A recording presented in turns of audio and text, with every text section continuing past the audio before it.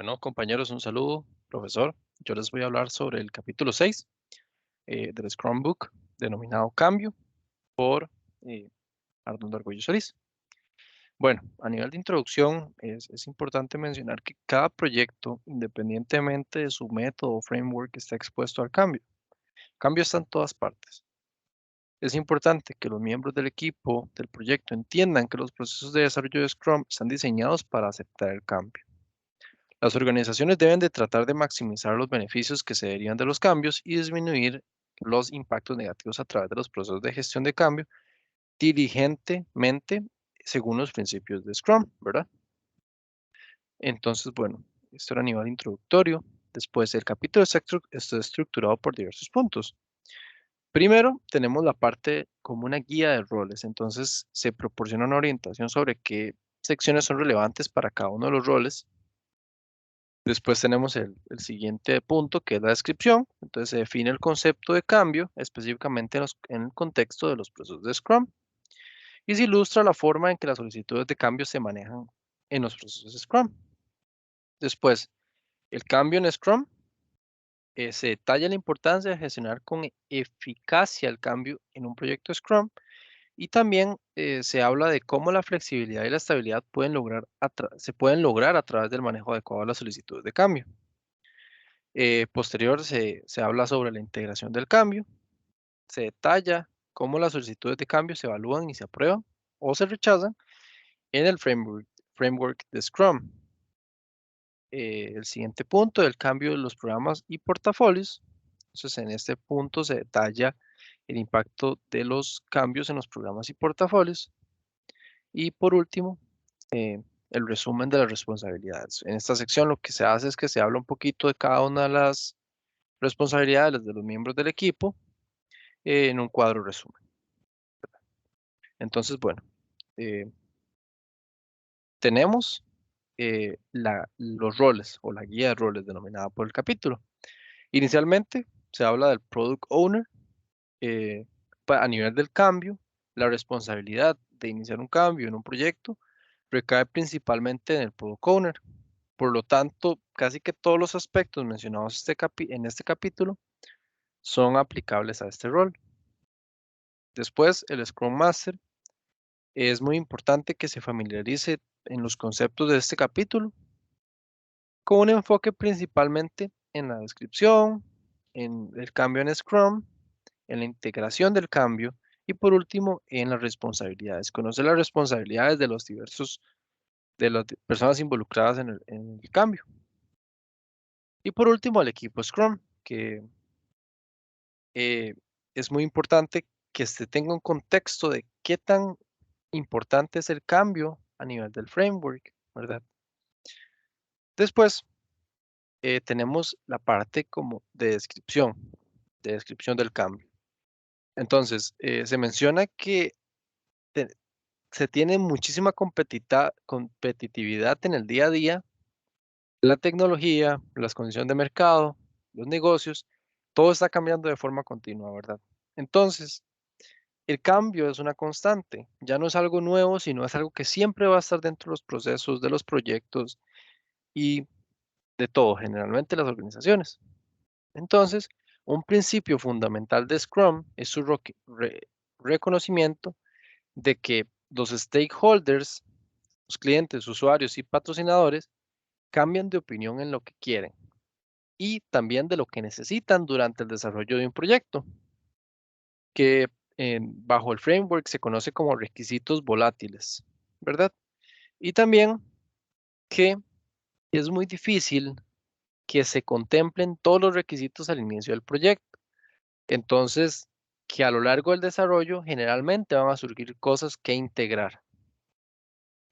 Entonces, bueno, los proyectos Scrum aceptan los cambios mediante el uso de sprints breves e iterativos que incorporan la retroalimentación del cliente sobre los entregables del proyecto después de cada sprint. Esto, bueno, permite que el cliente interactúe regularmente con los miembros del equipo Scrum y que vea los entregables a medida de que van estando listos y que cambie los requisitos tempranamente en el ciclo de desarrollo. Después es importante esto que se menciona, que es responder al cambio en vez de seguir un plan.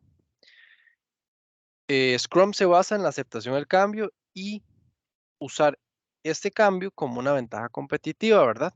Entonces es muy importante ser flexible.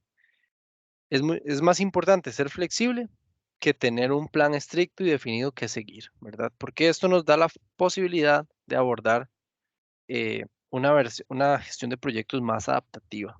Van surgiendo cosas, voy atacándolas poco a poco, ¿verdad? Según sus prioridades. Después, bueno, como pueden ver en pantalla, las solicitudes de cambio aprobadas y no aprobadas. Entonces, bueno, se detallan como el siguiente proceso. Bueno, las solicitudes de cambio no aprobadas. Entonces, ¿quién aprueba? Bueno, el Product Owner, como les mencioné, en la mayoría de los casos es el que se encarga de gestionar el cambio. Los stakeholders y el Product Owner, cambios que van más allá del nivel de tolerancia del Product Owner, cosas fuera del rango que tal vez tiene el Product Owner porque son un poco más críticas. Y la alta gerencia, en casos de que ya hay un requisito muy grande o algo muy fuerte que cambiar en el proyecto que implica cambio de recursos, finalización de sprints y algunos otros aspectos. Eh, ok, ¿y cuándo se aprueba? Bueno, cuando se desarrollan épicas, cuando se crea el backlog priorizado del producto y cuando se busca refinar el backlog priorizado del producto. Y como pueden ver, bueno, se aprueban y se hacen los cambios y pasan a la solicitud de cambio aprobadas y se integran ya en el backlog priorizado del producto. Después, en el siguiente gráfico, en la siguiente imagen, pueden ver como, bueno, llegan los cambios priorizados no aprobados. Entonces tenemos muchos cambios. Después, bueno, aquí integra el Product Owner y entonces se toma la decisión de aprobar el cambio 2, el cambio 4 y el cambio 7. Tenemos el backlog priorizado, que ya aquí están las diferentes historias. Y vemos que aquí tenemos un backlog priorizado con los cambios integrados. Entonces, ves, como pueden ver, tienen el usuario 1, el cambio 2. Entonces, bueno, entonces se va a ejecutar primero la historia del usuario 1 y se va a integrar el cambio 2. Después historia del usuario 2, historia del usuario 3, cambio 4. Y así sucesivamente. Es importante recalcar que esto se va a integrar de forma de que se adapte al sprint en cuestión, ¿verdad? Ok. Después se arranca la parte del punto del cambio en Scrum, ¿verdad? De la misma manera que la rigidez extrema es ineficaz, la flexibilidad extrema también es improductiva o es contraproducente. Se dice que Scrum mantiene la flexibilidad de que las solicitudes de cambio pueden crear y aprobarse en cualquier momento durante el proyecto. Sin embargo, estas se priorizan cuando se crea o se actualiza el backlog priorizado del producto. Al mismo tiempo, Scrum asegura que la estabilidad permanezca al refinar el sprint backlog y no permitir la interferencia con el equipo Scrum durante un sprint, ¿verdad? Eh, entonces, en este punto, el equilibrio entre la flexibilidad y estabilidad, y es donde se busca lograr esa flexibilidad sin que sobrepase o sin que se dé rienda suelta a los cambios. Como pueden ver en este diagrama, se ve que la flexibilidad se compone de 5 aspectos: desarrollo iterativo del producto, timeboxing, equipos interfuncionales, priorización del cliente con base al valor y la integración continua. Bueno, a continuación vamos a ir detallando cada uno de los aspectos. Ok, después sigue la flexibilidad mediante el desarrollo iterativo del proyecto, que era el punto que estaba arriba del circulito. Entonces, en este aspecto se detallan como dos principales partes, vamos a ver, eh, personajes dentro de la historia, ¿verdad? Entonces tenemos a los stakeholders, que bueno, los stakeholders del proyecto, que como ya lo mencioné, en particular son patrocinadores, clientes, usuarios, que pueden presentar solicitudes de cambio en cualquier momento durante el proyecto. Entonces vemos que después del mejor entendimiento, se busca demostrar y validar el sprint, una retrospectiva del sprint, una retrospectiva del proyecto, revisión de entregables y lanzamientos del producto. Entonces, bueno, vemos que hay factores que influyen para poder hacer realidad esto, que bueno, pueden ser factores ambientales, como condición de mercado, dirección, visión organizacional y algunos aspectos legales como regulaciones. Puedes tener alguna influencia, algún alto jerarca de la organización, como pueden ver acá la parte de senior management, y algunos otros motivos, como puede ser la experiencia profesional o alguna experiencia que pudieron tomar como una entrada dentro del desarrollo del sprint. Después tenemos el equipo principal de Scrum, ¿verdad? En ese podemos ver que después, que hay un mejor entendimiento después de ver los procesos incrementos del producto, o ver los incrementos del producto, perdón.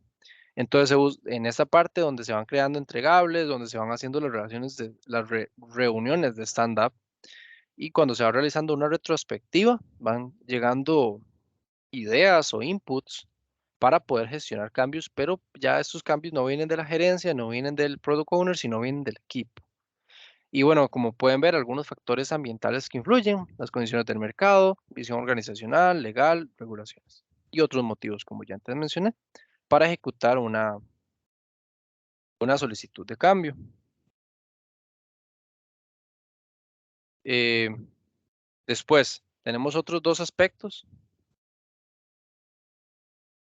que son los cambios que vienen de alta gerencia, senior management, y los cambios que vienen relacionados al marco referencial de Scrum.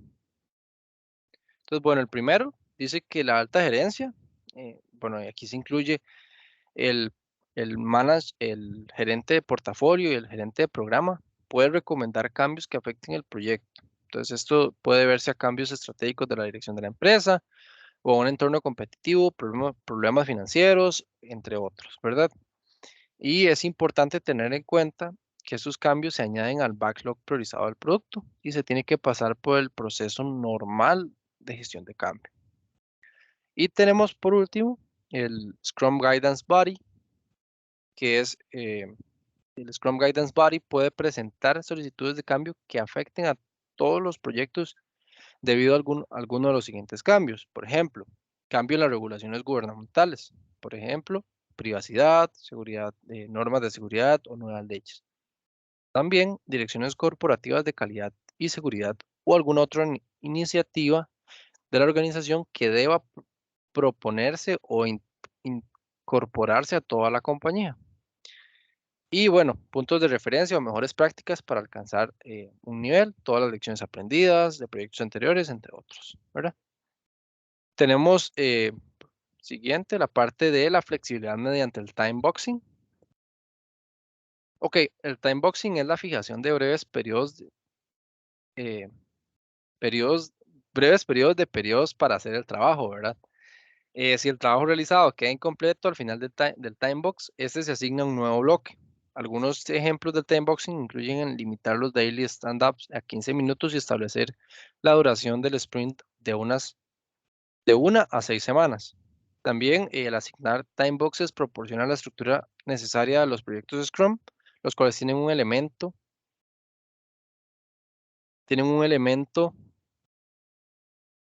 de incertidumbre, ¿verdad? Son dinámicos por naturaleza y propensos al cambio frecuente. Después, la flexibilidad a través de equipos interfuncionales y autoorganizados. El uso de este tipo de equipos garantiza que de todas las habilidades y conocimientos necesarios para llevar a cabo el trabajo del proyecto, se incorporen y se unan entre ellas. Se proporciona un modelo de trabajo eficiente que da lugar a la creación de entregables listos para mostrarlos al product owners y o stakeholders. Flexibilidad a través de la priorización basada en el valor del cliente. Entonces, bueno, la priorización de las necesidades y el trabajo del proyecto Scrum siempre se determina con base al valor proporcionado al cliente. Primero, al inicio del proyecto, los requisitos iniciales se prioriza en función al valor de que cada requisito proveerá al cliente. Y todo eso se va documentando en el backlog priorizado. Después, cuando se realiza una solicitud para un requisito de cambio, se evalúa Eso se evalúa cuánto peso tiene esto para el cliente y se va refinando el backlog para poder ir acomodando esas tareas. Y por último, la flexibilidad a través de la integración continua. Scrum puede incorporar características nuevas y modificar a las entregas siempre que sea posible. Esto reduce el riesgo de que varios miembros del equipo hagan cambios en componentes redundantes, o sea, que se hagan las tareas en conjunto. Y esto asegura que se esté trabajando solamente en la última función de la versión y así evitar problemas de compatibilidad. Ok, aquí continuaríamos con la integración del cambio, que, bueno, es importante mencionar que dependiendo de la industria, el tipo de cambio, la prioridad de las características y los requisitos de un proyecto pueden permanecer fijos durante periodos largos o bien pueden estar cambiando con frecuencia. Eh, por aquí tenemos la parte de cambios a un sprint. Si hay una solicitud de cambio que puede tener un impacto considerable sobre un sprint, perdón, en curso, el Product Owner, después de consultar con el stakeholders relevante, decide si el cambio puede esperar hasta el próximo sprint o representa una situación urgente que requiere finalizar el actual. Entonces, bueno, aquí vienen todos los inputs al Product Owner, donde él determina eh, cuál es la criticidad. Entonces, bueno, aquí viene una decisión, se agrega al Product Backlog y la decisión se basa en este cambio es urgente. Si sí es urgente, se cancela el sprint y se reinicia la nueva planificación incluyendo este cambio. Si no, no se hace nada. El cambio quedará para un sprint futuro. En la gestión tradicional de proyectos, los cambios pueden solicitarse y aprobarse en cualquier momento durante el ciclo de vida del proyecto. Pero esto genera confusión entre los miembros del equipo del proyecto, disminuye la motivación del equipo debido a la discontinuidad y llega este pensamiento de nunca se termina nada, siempre están haciéndose otras cosas, no las pautadas. Después, el impacto del cambio esperado en la duración de un sprint. Dado a que los cambios no están permitidos durante un sprint, el impacto y la frecuencia de los cambios previstos pueden tener un impacto en la decisión realizada relacionada a la duración del sprint, cuando ésta se determina durante el proceso de realizar la planificación de lanzamiento. Sin embargo, los requisitos del proyecto no están muy bien definidos o si se esperan cambios considerables en un futuro inmediato, la duración del sprint puede ser relativamente corta, de 1 a 3 semanas. Esto le brinda estabilidad a los miembros del equipo Scrum para trabajar sprints más cortos y entregar resultados más pronto también. Los que pueden, los que se pueden evaluar con el Product Owner y los stakeholders al final de cada sprint. Eh, para obtener los máximos beneficios del proyecto Scrum, se recomienda mantener el sprint bajo un timebox de 4 semanas, a menos que existan proyectos con requisitos muy estables donde los sprints pueden extenderse hasta 6 semanas. Entonces, bueno, aquí se ve que entre más alto el cambio, más baja es la duración del sprint. Entre más bajo es el cambio esperado, la duración de semanas se amplía. También algunos otros factores que se deben de tomar en cuenta es el tiempo real para realizar su trabajo. Si el proyecto o entorno corporativo necesita un tiempo específico para realizar las tareas, esto podría determinar la duración del sprint. Después, la fecha prevista de su lanzamiento. Y también cualquier otro factor que determine el Product Owner o el Scrum Master que se debe tener en cuenta para determinar la duración del sprint. Pero se determina que la duración del sprint debe ser consistente, es decir, tratar de no variar mucho el tamaño de los sprints, sino que sea, si se definió 3 semanas, tratar de que eso no sea tan fluctuante, sino de 3 semanas, tal vez hubo uno más corto y seguimos con las 3 semanas. Y también, bueno, aquí se comienza con la parte del cambio en portafolios y programas. Cualquier cambio que surja, ya sean los programas o portafolios, puede tener un efecto en cascada de todos los proyectos dependientes y sprints. Por lo tanto, se recomienda minimizar los cambios en estos niveles más altos. Bueno, cuando a nivel de portafolio, no se recomienda hacer cambios entre dos reuniones de portafolio backlog. Entonces, bueno, esto es un aspecto crítico para evitar que estos cambios lleguen a afectar bastante los proyectos. Si el cambio es menor, el Product Owner debe contar con la aprobación de los stakeholders correspondientes y después añadir los requisitos al portafolio backlog. También, si el cambio es importante, las actividades del portafolio junto con los programas asociados, los proyectos y los sprints tienen que detenerse. Se lleva a cabo una reunión de portafolio backlog para determinar cuáles serán los siguientes pasos y poder continuar. Y también las revisiones de backlog priorizado del producto deben llevarse a cabo en intervalos de 4 a 12 meses. La frecuencia y el impacto de los cambios en un portafolio determina en gran medida la duración de tiempo entre dos reuniones de portafolio backlog. Y por último, los cambios en programas. También no se recomienda hacer cambios entre dos reuniones de program backlog.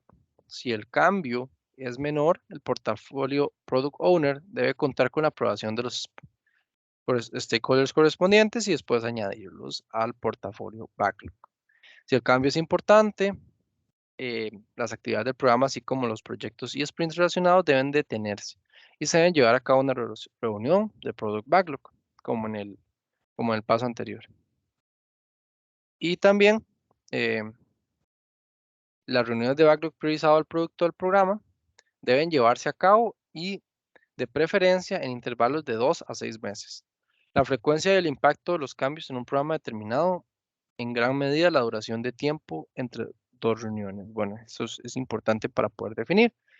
Y por último tenemos este diagrama donde, bueno, tenemos los requerimientos del portafolio y bueno, aquí vienen todas las solicitudes de cambio aprobadas. Después tenemos la solicitud del Program Prioritized Product Backlog. Entonces, bueno, tenemos los requerimientos del programa. Después entraría las solicitudes de cambio aprobadas. Como ven, eso es como van de la mano. Aquí tenemos el backlog ya priorizado.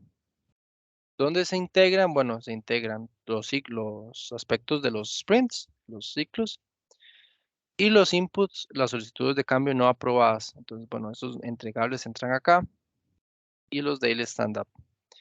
Y también se relaciona con las solicitudes de cambio no aprobadas cuando se haga una retrospectiva. Eh, bueno, aquí tenemos el sprint backlog. Este es el backlog que se va a trabajar por sprint y el producto potencialmente enviable. Y por último, para finalizar el capítulo, tenemos las responsabilidades. Entonces, las responsabilidades en el entorno del cambio. Como pueden ver acá, el equipo Scrum sugiere mejoras o cambios durante los procesos de crear entregables y los stand-up meetings. El Product Owner, proporcionar solicitudes de cambio en proyecto, evaluar el impacto de las solicitudes de cambio, revisar las historias del usuario en el backlog priorizado del proyecto, evaluar el impacto de los problemas sobre los objetivos del proyecto, algunos otros. Después también tenemos facilitar la identificación y evaluación de los problemas, también que le caen al Scrum Master. Después, antes hablábamos del Product Owner, después ahorita el Product Owner también proporcionar solicitudes de cambio para los programas y entre otras. Y bueno, eso sería la explicación del capítulo 6. Espero que haya sido claro y haya podido explicarme de la mejor manera. Muchísimas gracias por la atención y por repasar este material.